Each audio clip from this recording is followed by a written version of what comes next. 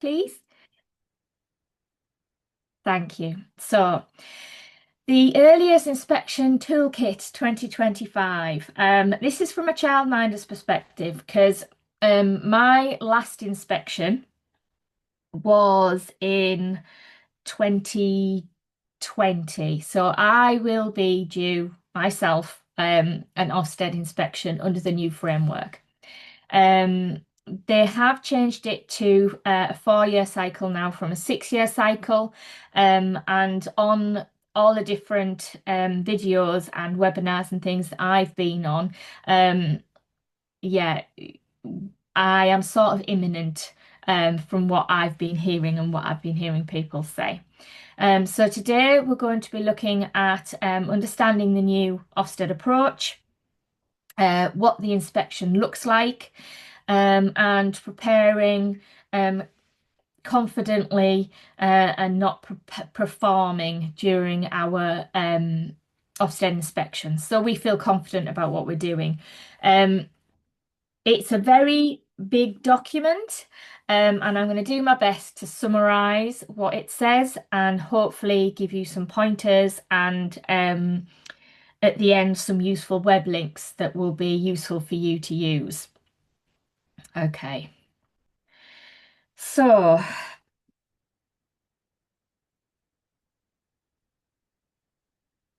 the new inspection toolkit, yeah, it was is a reform of Ofsted.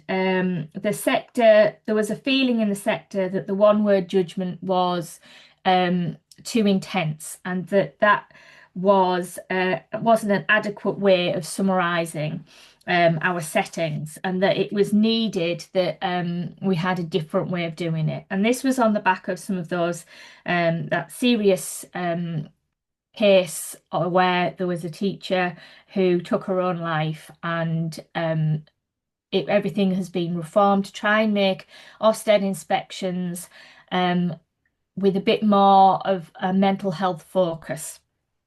Yeah, so the new format all the way through has a thread of mental health and looking after yourself as it goes through. The focus is on the children and not the paperwork. We have been told that for a while now, that the paperwork isn't important and that we should be able to talk with confidence and know our children in our setting. It should be your Ofsted inspection should be feel like a supportive professional dialogue, and that's what they're aiming for. Judgments, it should be judging the impact of good practice and not compliance, and it should be seen as a way to help settings improve. That's what they're going for with their inspections. Oh, there we go. Right. So it should be a reflection of what actually goes on in your setting. It's not that we're doing something specifically for Ofsted. They repeatedly tell us that we shouldn't be doing things that we don't normally do. Um, and it should be feel as though it's a respectful conversation, and it should be feel as though it's collaborative. Yeah. It should be focusing on children's achievements and identifying that children feel like they belong, and the Ofsted inspectors will be that children are thriving in your setting. The new judgment scale is exceptional, strong, expected standard, needs attention, and urgent improvement.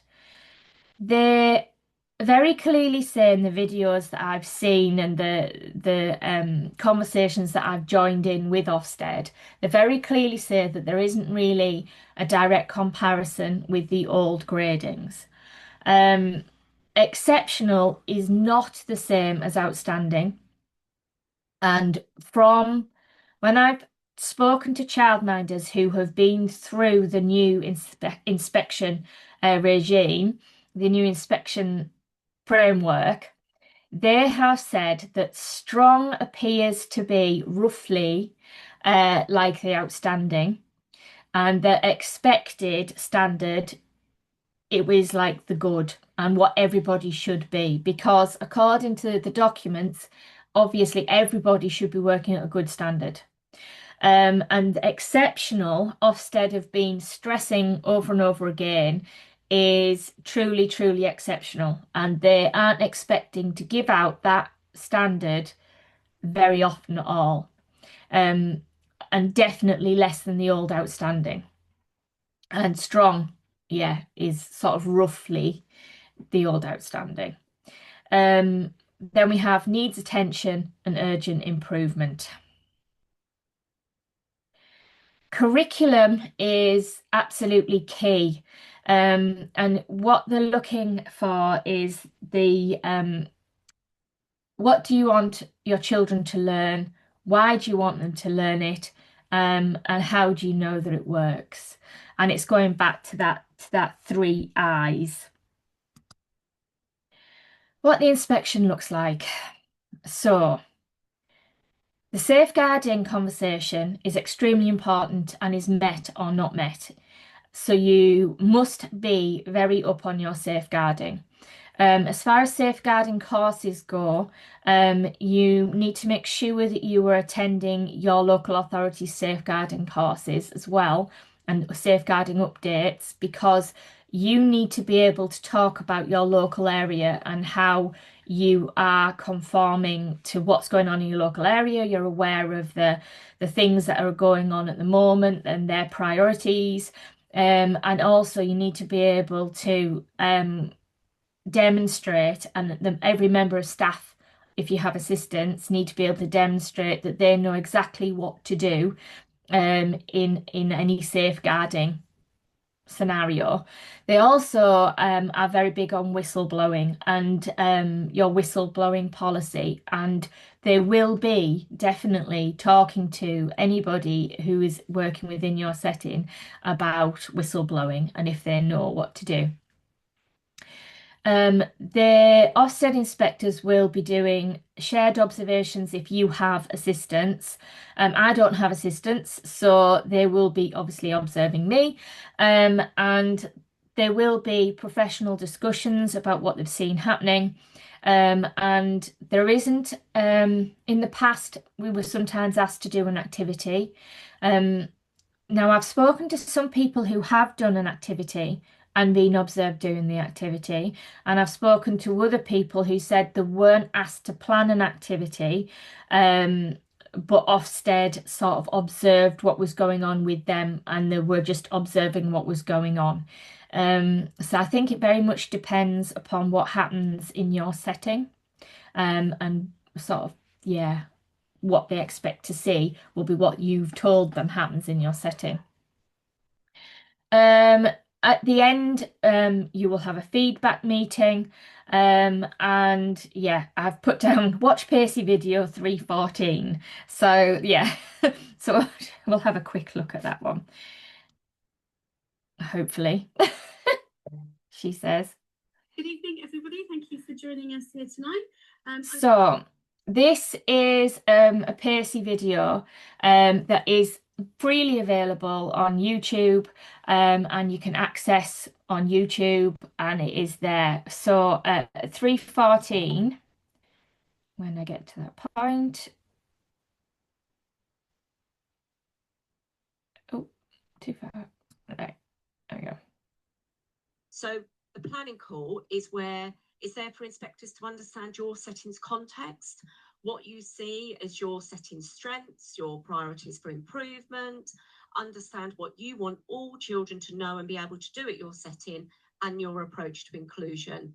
So it's a really good opportunity and chance for you to meet the inspector before the inspection and be involved in determining those areas of inspection focus. So we will notify you in a notification call before 10 o'clock, and we hope this gives us both an opportunity to agree when might be the best time for the planning call. If it is impossible to have a separate call, so inspectors can understand your context you're working in, please don't worry about that either. They will likely ask you some of the what they need during that notification call and discuss the rest on the day of inspection. But if inspectors choose to work in the evenings and you would like to be called in the evening, you will be able to agree this with the inspector. However, as we said, there's no expectation from our perspective that inspectors work in the evenings. And again, we don't expect you to either. Sam, have I missed anything? No, I think you've got that covered, Wendy. How long can the childminders expect that planning call to take? So that is a good one. 30 minutes. Yeah, 30 minutes. That's what we're aiming for. Yeah. Okay, brilliant. I think some notification calls now take around, or under the previous framework, took around 30, 45 minutes. So it'll be a similar amount of time. Okay. Yeah. But I think the key difference, I think the key difference, Sam, though, is the fact that, you know, we'll call childminders, won't we, to say, hi, we're calling you to let you know your inspection's going to take place. Let's arrange a time to have a more detailed call. So it can be that flexible. It might be, you know, if children are having a nap after lunch or something. Yeah. So that is that time is agreed upon, isn't it? Oh, definitely. Between yourselves, yeah. And I think under the previous framework, we called it lunchtime, didn't we, to notify only one of the busiest times for a childminder in the day. So we're hoping that by calling before 10 a.m. and then agreeing that call. Right, so, oh, well done. I'm back. Pat on the back to me. Yeah, so under the new framework, you will be getting your phone call to say that you're going to be inspected, like she said, before 10:30, and then you have that planning call, and the planning call is one of the sort of biggest is an important part of the inspection process. So the call is a conversation with you. It's going to give you questions about the area you live in and the families who are attending your setting, and your mindees, your funding claims. So they're going to want to know if you're providing, if you have children in your setting who are receiving funding and what sort of funding that they're receiving, pupil premium, and children who in areas of deprivation are very important to Ofsted. They should be your priorities. Your pupil premium children and your SEND children are going to be your priority, their priorities, and that's what they're going to be focusing on. I've put a link in at the end of the slideshow, which gives you a breakdown of the priorities for North Yorkshire. So when Ofsted ring, they're going to be talking to you and ask you if you're aware of the priorities for North Yorkshire or for your area. And there is a link at the end so that you can see, but no matter what area you live in, the link you just put in a different place, and it will give you what the priorities for your area are. And they're going to want to know that you're aware of those.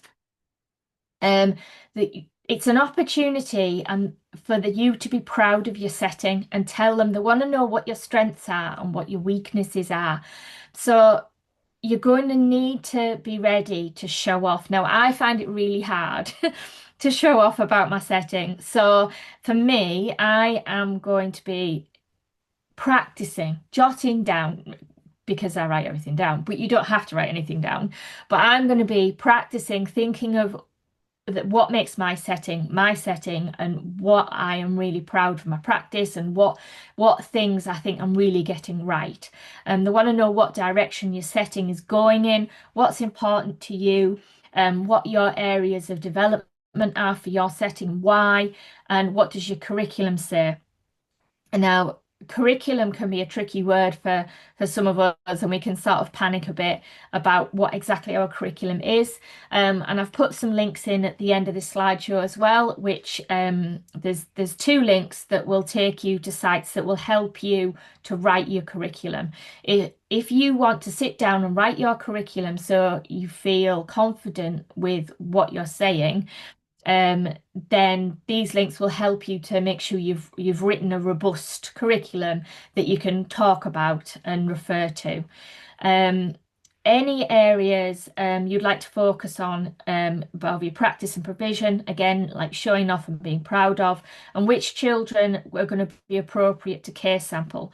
They are going to be wanting to see, they're going to want to case sample children who are pupil premium, or children with specific SEND or who have specific barriers to their learning. Because what their focus is, and what they've said in some of the videos, is if you can show them that you're taking care of our most vulnerable children and that you're ensuring that our most vulnerable children are making good progress and you're catering for them, then almost you will definitely be looking after all the others as well.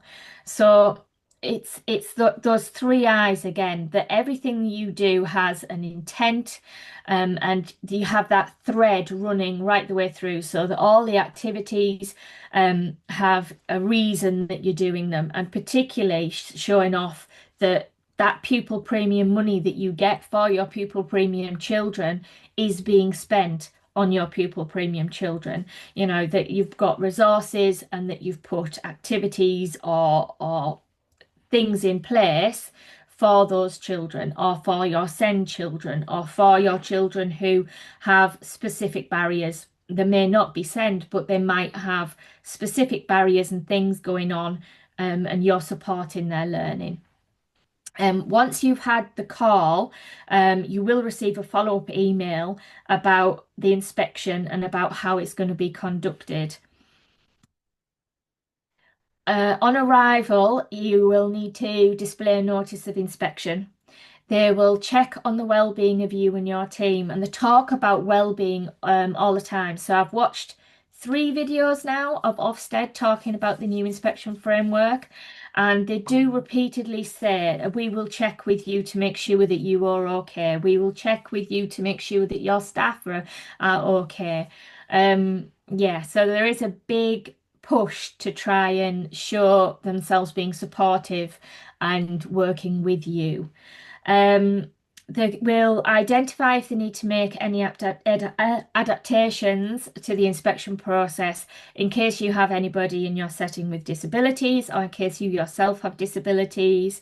And they are prepared to make reasonable adjustments to the way that they do the inspection process. If you say to them, you know, you have a specific disability or specific need that they need to bear in mind. They will review the timetable with you and the areas of inspection focus that you talked about during the call. So that call really, you want to be prepared for, so that you can manipulate the narrative of what they're going to look at and what they're going to see. You need to be able to think to yourself, whatever you tell them in that call, that's what they're going to be looking at and focusing on. That it's going to be pupil premium, it's going to be SEND, but if you say to them, oh, our outside area is amazing and we really value a nature focus, and you know we like, they're going to want to see that then, because you've said that. So that's what, you know, they're going to be looking at. They're going to check that the children that they identified for case sampling, so it's going to be those pupil premium children or those SEND children, are present, because that's who they're going to be watching and looking at throughout their time with you. For me, that would mean they're probably going to come on a Monday or a Tuesday because that's when I have children, those sorts of children that they're going to want a case sample, come to me on a Monday and a Tuesday. So I presume that's the days they're going to want to come.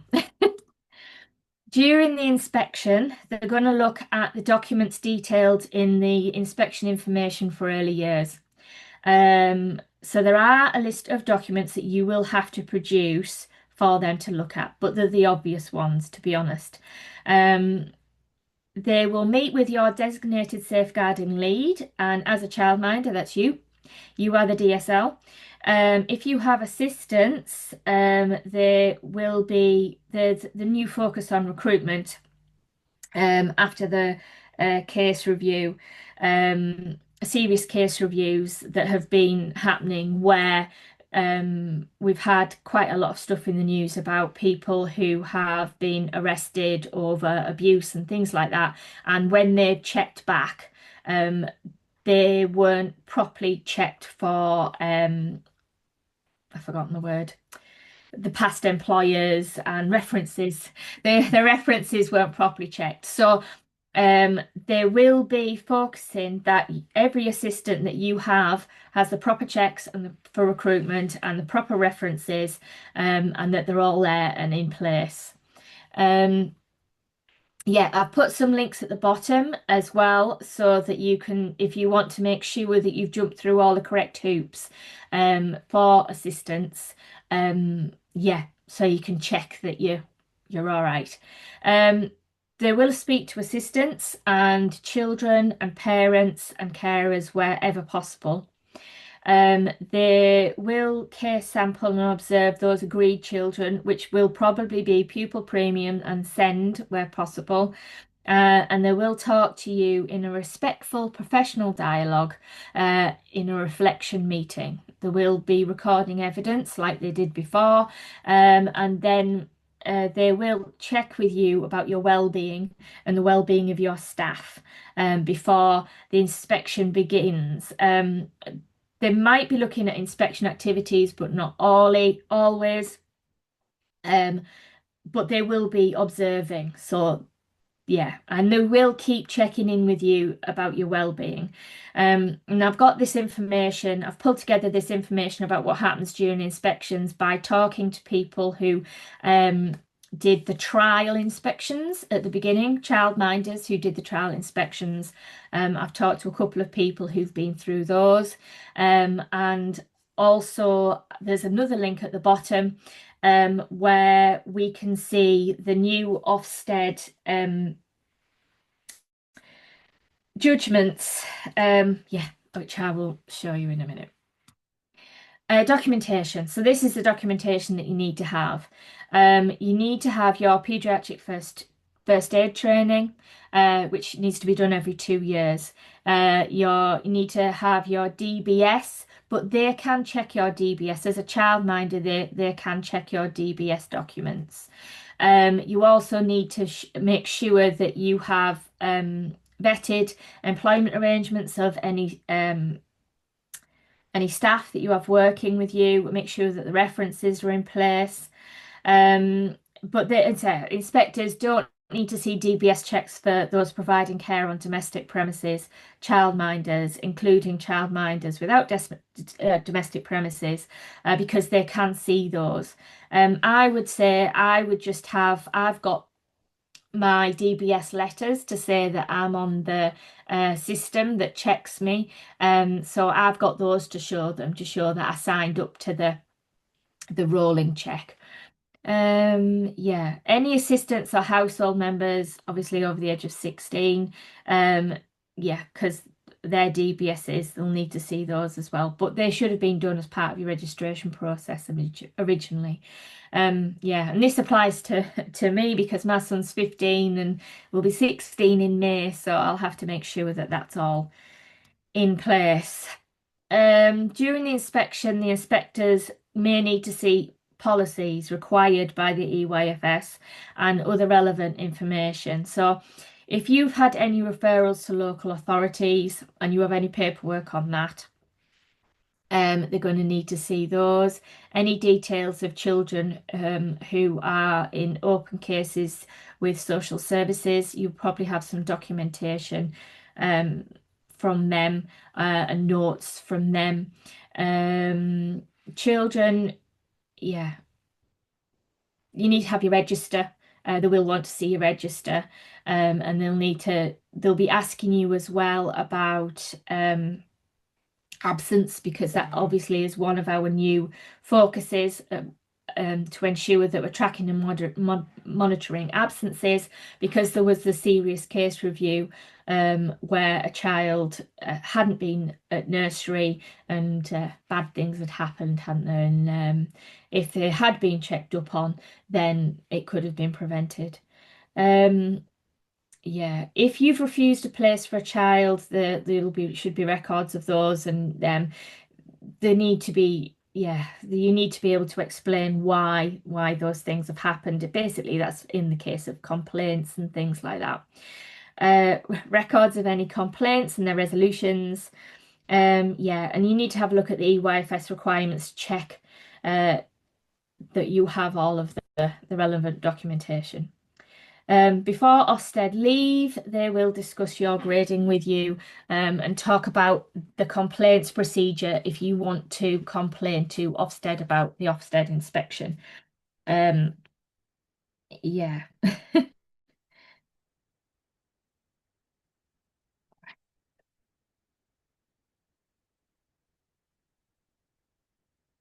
Okay. So, preparation. These are the two most important documents, and you will have to sit down and read these documents. The new inspection toolkit, I was told the Ofsted inspector will basically sit down with you and go through it with you from front to back. They will go through it with you and check that you are meeting each one of the sections. Um, and that is what they're going to do. And that's how they are going to justify their judgments at the end of the inspection. So you will be looking at that document. Is it coming up? Oh, there we go. So this is what it looks like. It is a very, very wordy document. So safeguarding is met and not met, but is very, very important. If you do not meet safeguarding, you will not be passing Ofsted. It is very important and it threads right the way through all of the inspection. You need to be making sure that you are ticking all of these boxes. So you need to sit down and read through all of these things and just make sure that you have them all there. Inclusion, like I was saying before, it's those pupil premium children. And there it says disadvantaged children and those eligible for pupil premium EYPP and children with SEND. Those children who have SEND support and those children who do have an EHCP, you need to be proving right the way through the inspection that those children are supported and tracked and monitored and everything's in place. Yeah, so for each aspect, they have a sheet. There we go. So this is just a quick look so that you know what you're going to be looking at. Yeah. Claire, sorry to interrupt. Yeah. We can't actually see the document that you're Oh, sorry. showing. I think you need to share that as a separate Oh, screen. So if you want people to just kind of check the links out in their own time, yeah, I'll have to do that. yeah, I'm just sorry, I wanted to didn't let you realize know that. it's fine. Thank Anyway, you. it's there. The link's there so you can have a look at it. Yeah. Safeguarding culture. Yeah, it's a very strong thing. We need to know our children upside down and inside out. They're going to expect you to be able to talk about each one of the children, what their starting points were, and what you have done to support them, and how you are tracking their progress. And you're going to have to be able to talk about every child in your setting, which we all can do. I mean, I haven't met a childminder yet that couldn't sit and talk about the children in their setting, and I'm certain you will all be able to do that. Yeah, inclusion's very important. You need to be confident about your curriculum. And like I said, there's some links at the bottom that will help you to write your curriculum if you haven't already done so. Explaining all of your teaching decisions and achievement and assessment. So these are the things they're going to be looking at. Safeguarding, as I've said, is a priority. You need to prove it's a priority. You need to be able to show that your assistants have been trained in safeguarding and that their safeguarding training is up to date. You need to be able to prove that your teaching assistants, sorry, your assistants are aware of whistleblowing procedures and what to follow. You need to have robust policies.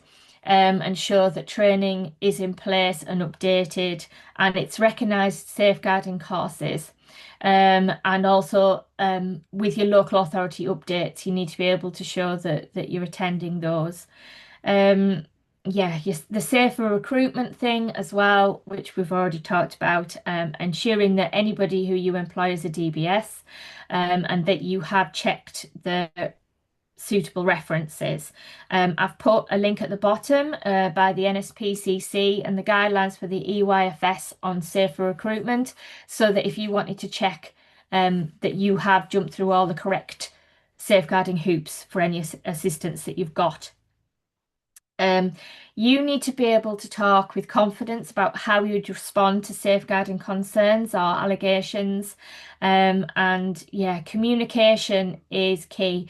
And ensuring that you have an open and honest discussions with staff about all the different aspects of safeguarding, and that you're confident that they know what they're talking about all the different aspects of safeguarding. So your assistants need to be able to say who the DSL is in your setting, and yeah, how you securely log concerns. If you walked up to your assistant and said, if you had a safeguarding concern, how would you write it down? What would you do? What would your procedure be? You need to make sure that it is the same as your policies. Yeah, fire safety is one as well that always sits there in the background. I'll press the button on the fire alarm and I'll go, there's a fire, and we all traipse out into the garden. Code of conduct, yeah, it's that professionalism and ensuring that your assistants and yourself follow a code of conduct. Prevent duty. There is free training from the government, which I've put links in the bottom, that you can do for prevent duty. It isn't an EYFS prevent duty course, but it is a government prevent duty course, ran by the government. It's free, and there's two to do. They take half an hour each. So for the sake of an hour, you would have two certificates, and obviously all your assistants could do that as well. Do you share how do you share records and who with? So it's that information sharing, which has come up in serious case reviews with the police. We need to share records with certain people. So if you are referring a child for a reason, or if a child's going to another setting, we need to be able to share the records. And how do we do that? How do you contact LADO? Do your assistants know how to contact LADO without going through you? Do they know what to do? Who are the vulnerable children in your setting? And your vulnerable children might not be, it's not just your pupil premium children or your SEND children, they are vulnerable children, but there might be other children who are vulnerable in your setting as well. And you need to be able to identify those too. And transition, it's our responsibility to make sure as children go up to their next school, we need to be able to share where they are, and what that child looks like. Obviously, we get permission from parents first, and it's good practice to make sure that if you have a little one who is an absolute little bright spark, there's no point in them starting reception and the teachers are starting school nursery, and the teacher presuming they can't count to 10 when you know full well they can, or recite to 10. So that transition information, what does it look like? How would you do that securely, and pass that information on? Also, if you share children with other providers, so I have two children who go to, I share with another provider because I couldn't provide all the days that parents wanted. And I made a point of going to visit the other setting and have a meeting with the other setting to do a bit of a handover before they started, so they knew where the little one was. Um, and I did get permission from parents before I did that to make sure that, I was being open and clear. And the parents were pleased that I did that because, like I said, it meant that the other setting was picking up from where the child was rather than baselining and, not starting further on. Yeah. This is the North Yorkshire continuum of need. When we are talking to Ofsted about where our children are, this helps us show that we're aware of what their levels of need are. Yeah. So children whose needs are being met, the majority of children in your setting, they're like the universal children, or are there children who are accessing a single agency like speech therapy or early help um, team around the family, or are they going further along our continuum of need? Are these children in need with complex needs? So we're thinking about EHCPs here, and they need a statutory assessment, possibly seeing an educational psychologist, that sort of thing in this area, or in acute need where they are at risk of significant harm, and that's our sort of safeguarding end. Yeah, there. So I have put a link to the full document for North Yorkshire, yeah, for assessing children's needs. Yeah, at the end of the PowerPoint as well. We need to know our children. Early years pupil premium, talk to them about how we use our pupil premium children funding to support them. We on your sheet you get from the council, from the LEA, our remittance, it will clearly state how much money you're getting extra for pupil premium children. And you need to be able to think about how you're spending that money to support the pupil premium children, and what that looks like in your setting. It doesn't have to be just spent on the pupil premium child, but it does need to be things that are put in place that you can demonstrate is supporting the pupil premium child. So you might be buying extra resources, or your pupil premium child may be mad on horses, so you've bought some horsey things, or your pupil premium child may have a speech development issue and you've bought specific speech development resources. You may be taking your children out on visits because you feel your pupil premium children aren't getting that opportunity at home. And you can talk about how you're using some of your pupil premium funding for that. The same if you have children with SEND who have EHCPs, they will have funding attached to them, and you need to be able to show how you're spending that.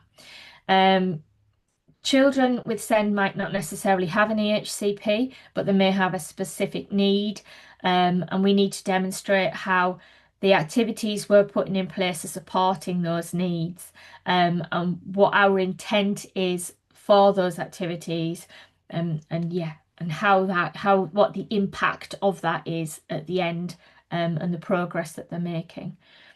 Yeah, have the children been referred to for specialist support, for example, speech and language professionals?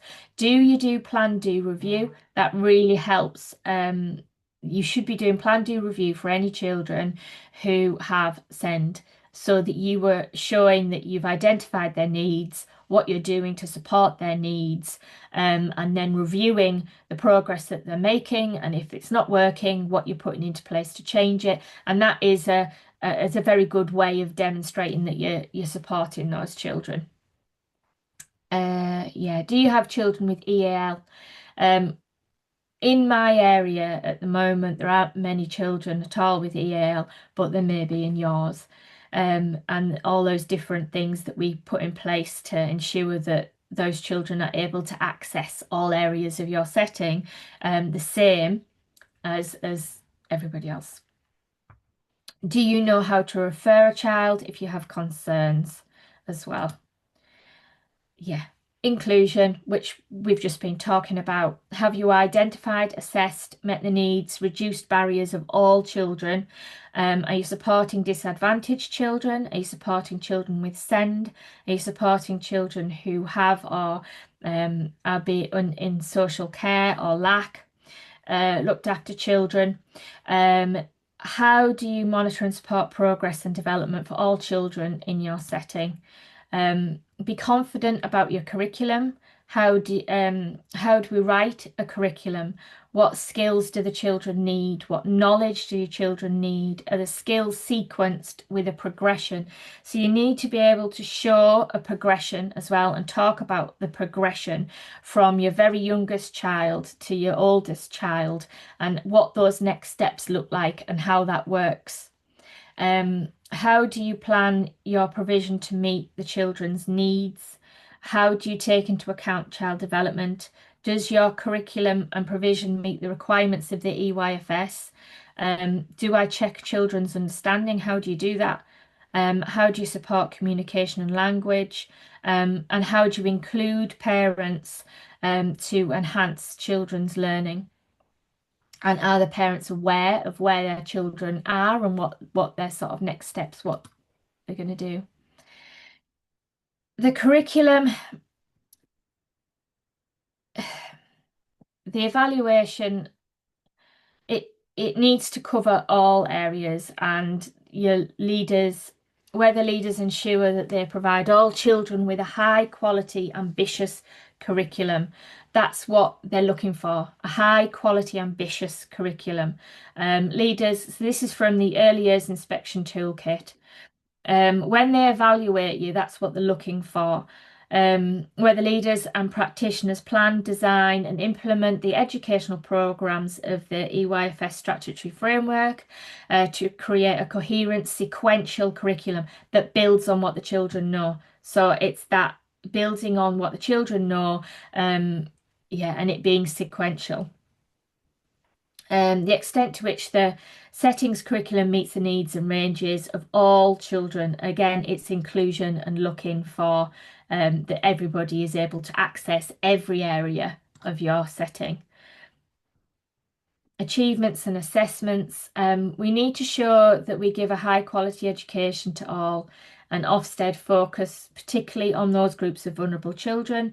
They need to make sure that there's no barriers to the learning, and we need to make sure that all children are making progress. All children should be making progress in your setting, regardless of need. What that progress looks like will be different for every child. Yeah. We need to be across all 7 areas of learning. Inspectors are going to look at to what extent children achieve, belong, thrive. And the Early Years Inspection Operating Guide for inspectors, that's the guidance that they're being given. Are all children achieving? Do all children feel as though they belong? Do all children thrive and benefit from the right systems, processes, yeah, levels of oversight so they're kept safe and able to flourish whatever their background or needs. You need to showcase your inclusivity across all 7 areas. You need to showcase how children learn quickly, building foundations in the prime areas and a structured, yeah, in a structured manner to build upon their past learning. Show how children's knowledge is structured and becoming more detailed with good progression, using your ages and stages of development, yeah, to guide you. And how do you do that? And how is it monitored? Do you have a baseline or an entry assessment? Obviously, that's really important because that's the only way you can prove that they've made progress. you probably could talk with confidence. You know, I had a little one who came into me at 9 months old. They didn't talk, they didn't sit up. They were just a little baby making googling and cooing noises. And now the little one is 2 years old, speaking in sentences, walking, you know, and yeah, it's that baseline assessment so that you can prove the progress that they've made. How do you check children's learning and the depth of their understanding? It doesn't have to be formal assessment. It can be conversations, it can be observations, it can be through play, it can be testing just through questions in general. Do you make sure you cover all 7 areas of learning? How do you adapt for all the different ages? So often we do an activity, don't we? And we make sure we need to be able to talk to the inspectors about how that one activity is meeting the needs of my just toddling baby who's 18 months old, who's working at a sensory level, but I'm still stretching my 3-year-old who can recite to 10 and I'm introducing her to numbers. So in my water tray, I have Rice Krispies, and we are funneling the Rice Krispies from one receptacle to another. We're using language relating to maths. We're talking about full, empty, half full. My very youngest one, we're focusing in on the sounds and repeating sounds and the repetition of yeah. And my oldest one, we are counting, we are measuring, we are looking at numbers. I've got some numbers in there. And it's that we put in an activity, but we teach everybody and we cover multiple areas of our areas of learning. How are you supporting your youngest children? What does assessment look like? Yeah, planning, sorry. Think of a child in your setting, preferably pupil premium SEND or another disadvantage of some sort. Think about when they started with you, where were they working at in communication and language? What were they doing when they first started with you? What did they look like physical development wise? When they first came, what could they do? What were they like with their personal, social, emotional development? Were they interacting? Were they not interacting? And now where are they now? And how did you get them there? What did you do to get them from that cooing, babbling baby to that talking in sentences, excited, motivated about learning child they are now? How did you do that? You have put in place steps to get them there. And you have structured that thinking, oh, she's doing that. She's reciting to 5, so I wanted to recite to 10. So I'm going to do X, Y, and Z to get her to recite to 10. You know, and it's changing those routines and changing those things on a daily basis to extend that learning. Yeah. What do you need to do next? Are they included with other children? How do you do that? Yeah. What areas of the EYFS do you need to work on at the moment? Who has the most need in your setting? Why do they have the most need in your setting? Do they need any outside support? Have you referred them already? Are you thinking about referring them? Do you not know? Do you need to find out how to do a referral? What are the biggest the group's biggest interest at the moment?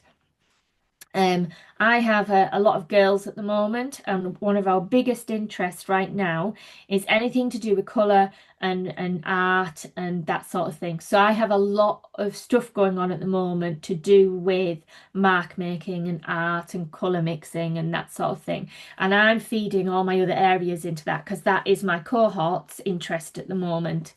How are you going to use that momentum to drive in new learning? How are you going to use pupil premium or other funding to buy resources, training, a trip, a visit?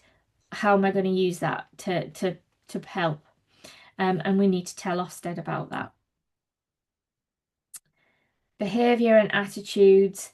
is another one of the focuses, and we need to be able to show that we have this is the sort of thing that just comes naturally to us, that we just do all the time. We are warm and nurturing, we have an environment with a focus on kindness. Our approaches support the development of self-regulation in all children. We have rules, we have routines, and we teach the children strategies of coping. If they can't get their own way, we have when they get angry, we might teach them to breathe. We talk about labeling all our feelings, so that the children can tell us how they feel, and it's all that side of things. So one of the areas in the new framework is behaviour and attitudes, and that's the sort of thing that they're looking for. Do we include parents? And we should be including parents in the policies, and ensuring fairness and openness, and letting them know our behaviour policy, talking to them about our behaviour policies, and what we do and what we put in place. Modelling appropriate behaviour and strategies, collaboration and working together, encouraged by all. Yeah. So we model as we talk to each other, or how we deal with problems, and they will pick up on that. Yeah. Environment supporting behaviour. There should be an environment that supports children's learning, development, and care, where children feel safe to make mistakes and learn from them. It's that acceptance of when children struggle with something, struggle with sharing. It's accepting that and acknowledging that might be difficult for them, and putting in place things like I have a sound timer that really helps with that. Children's behaviour and attitudes are supported by our self-teaching, understanding, and methods to manage their own feelings and emotions, teaching empathy, using play, stories to model empathy and open up those conversations about how we need to be kind. And working with parents and establishing a routine. Ofsted are also looking at how we establish attendance and punctuality, particularly with those vulnerable children, because they are encouraging us to start those good habits so that when they do go on to school, often it's children who are vulnerable that have problems with attendance and punctuality. And they're looking that we are instilling that attendance and punctuality and those good habits from the very beginning. They're wanting to see that continue through. Yeah. How do you build relationships with your parents? Do you teach emotional awareness? How are you monitoring children's attendance, which we have to do now, and how we tackle attendance problems? They are going to want to see how you tackle attendance problems and what you would do. How do parents achieve good attendance? How do you support children with self-regulation? How do you encourage positive attitudes to learning? And it's the whole children not being afraid of making mistakes, and that teaching resilience and that problem solving opportunities, and talking about that, linking it in with behaviour and attitudes. Yeah. Do you have a behaviour policy and routines? Because routines help children feel safe. Children's welfare and well-being. Children and their families should be welcomed with warmth and respect. Every child is welcomed with warmth and respect, and Ofsted will be looking to see that we're doing that. We need to encourage children to have healthy food, water, exercise, teeth, and hygiene. Those things were there before, and now we have our nutritional policy, not policy, our nutritional guidance document. We had a whole raft of documentation that came in, and that is one of them. And in one of the Ofsted interviews, they say, an Ofsted inspector says, we are not the lunchbox police. No, they are not the lunchbox police, but they may be asking you about how you teach healthy eating and ensure that the children are aware of healthy eating and healthy food. There's also the aspect of safeguarding and choking, which is on the back of another one of those case reviews. The serious case reviews, which are produced by police when accidents and incidents have happened. So, you know, they may ask about that as well, and about how we, in the EYFS document, the revised one for childminders, it does talk about how we need to be able to see children as they're eating and all that new stuff that's come in as well. So there is a lot. The document is huge. There is a lot to go through. There is a lot to think about. And I think the easiest way to prepare for Ofsted is to sit down and go through all of those things. I would chunk it. I would chunk it and do a bit at a time, because I think by going through and reading all the different bits, it gets it at the front of your mind, and talking with confidence about your setting and is imperative for the new Ofsted inspection framework. You need to be able to talk at confidence about all of these things. Yeah, we're responsible for keeping children safe, choking hazards, hygiene in the setting, safe sleeping, because there's the safe sleeping thing as well. We should be checking on sleeping children no longer than like 10 minutes max every 10 minutes. Children should, as we know, shouldn't be sleeping in pushchairs. They should be sleeping in either cots or on sleeping mats. Yeah, and we need to have assessed all the environmental risks and everything around our setting as well. I am very anxious that we've come to the coming to the end of our time. So this is the actual thing it says in the early years inspection kit toolkit about children's well-being, which is basically, I summarized it, and that's what leadership focus.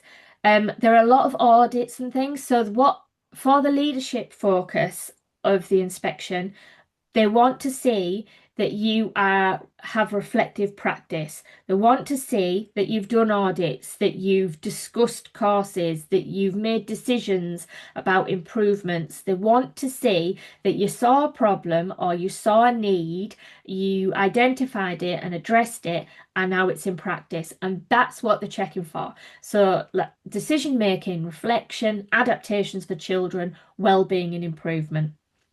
So basically that is what they are looking for, that you're on it and that you're identifying all these needs.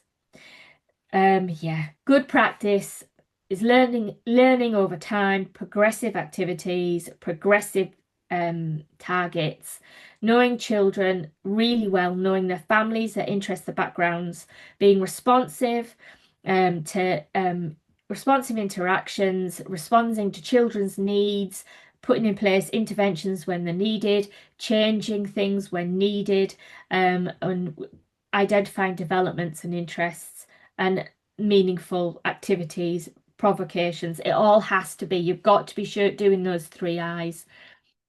Yeah. Now this was an important thing, because I spoke to a childminder who was panicking because she didn't have any pupil premium children or send. So when Ofsted makes a judgment on curriculum, and this is in the Pacey video, when Ofsted makes judgments on curriculum and teaching in your setting, the main focus will be pupil premium and send children. But if there aren't any children attending your setting who are pupil premium or send, or who are known or previously known to social services, in this instance, inspectors will look at the hypothetical possible impact of your curriculum. So what you've told them about your curriculum, they will look and check that would meet the needs of a pupil premium child, or it would meet the needs of a SEND child, or it would meet the needs of a child with barriers. So when you tell them about your curriculum, even if you don't have those children, you need to be demonstrating that your curriculum meets and impacts all children.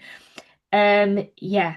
And if you don't have anybody, you can use historic children. So you can talk about historic children who have had pupil premium or have had SEND, or you can talk about historic children to prove that you are, so you wouldn't just get the expected standard if you can prove that through talking. Yeah. Try to use it as an opportunity to showcase your setting. I find that hard. I find it really difficult to talk about the good things about my setting. And it's not that good things don't happen, it's just it doesn't come naturally to me. And I am going to have to practice. I'm going to have to find some poor person to listen to me talk about my setting, because I am going to struggle to do that. These are the useful links. So this is the inspection report cards. This is really interesting. So these are actual report cards from the last week. When you click on it, it takes you to the newest week. Have a look, because these are actual people's report cards, because you'll be able to pick up on what things are important and what things the inspectors are picking up on, and look at the language that they're using. Because I looked at one poor lady, I felt very sorry for her. She hadn't reached the expected standard, and a lot of what they were talking about was that she hadn't been meeting the needs of a SEND pupil. And that when I read through the report, I thought, right, so this lady didn't meet her expected standards because she was not meeting the needs of her SEND pupil. And it did talk about the things that she needed to do. So I think having a quick look every now and again at that will give you an idea of the mindset of the Ofsted inspectors. Yeah, so I thought that was useful. This is the North Yorkshire data, like I said, which looks at obesity, tooth decay, SEND numbers in your area. That if you click on that, it just goes to whichever, you can change it to whatever local authority. That's the inspection toolkit. That's the guidance for the inspectors on how to use the toolkit. Oh, there we go. This is a YouTube video of Ofsted talking about the inspection framework. This is another YouTube video from Pacey from Ofsted talking about the inspection framework specifically for childminders. The NSPCC Safer Recruitment Guidelines. Keeping Children Safe in Education also has information about recruitment. That's the North Yorkshire Decision Making for Referrals in Need and Children in Need document.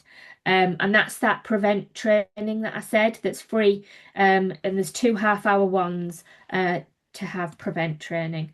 And that is how to build a curriculum on the family website, and that is how to build a curriculum on the Pacey website. And that is that. I'm very sorry I've stolen 10 minutes of everybody's time, 9 minutes of everybody's time. So I hope that was useful to you. If we can stop recording now.